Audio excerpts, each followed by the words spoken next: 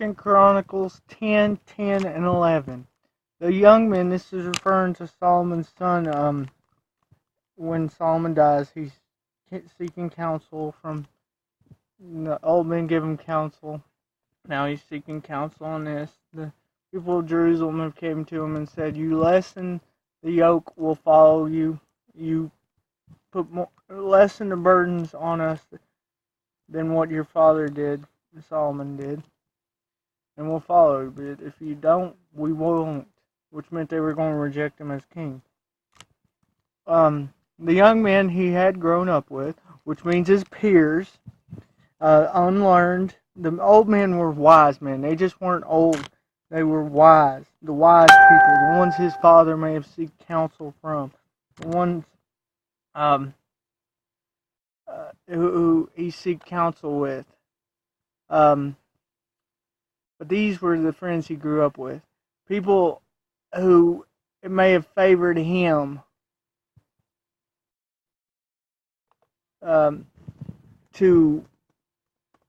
they may have benefited from the way he acted. Of course, these are his friends. He ain't going to put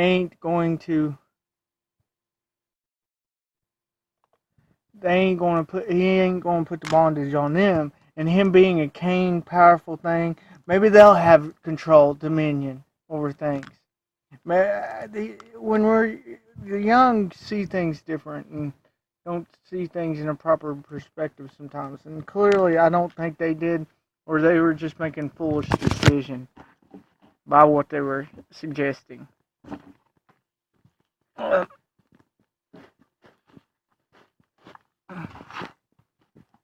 So, thus, and this is their response, "Thus you shall tell the people who spoke to you, saying, Your father made our yoke heavy." This is what the people said to him. They wanted 3 days for him to respond.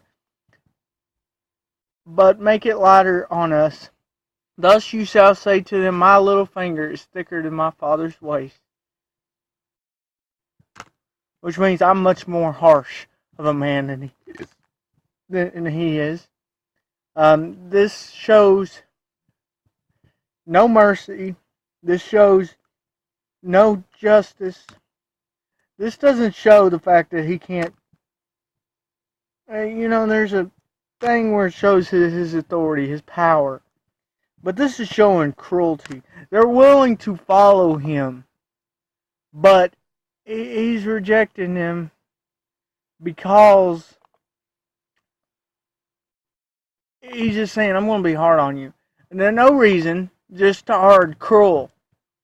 Now, we got to understand God's all powerful.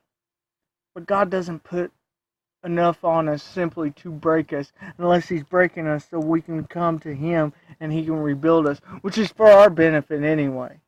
He's not purposely going out of his way to hurt us. But this king was by what he said. Why would they follow him? Now they're going to be at the point, okay, either he sees us as weak because we go back on our word, or we stand by our word and reject him as king. But he didn't think about this when he was hearing this advice that he wanted to give. Why he went to the younger men for advice anyway, I don't know. Seems foolish right there. But God allowed all this to happen. "Now, whereas my father burdened you with a heavy yoke, I will add your yoke. My father chastened you with whips, but I will chasten you with scorpions."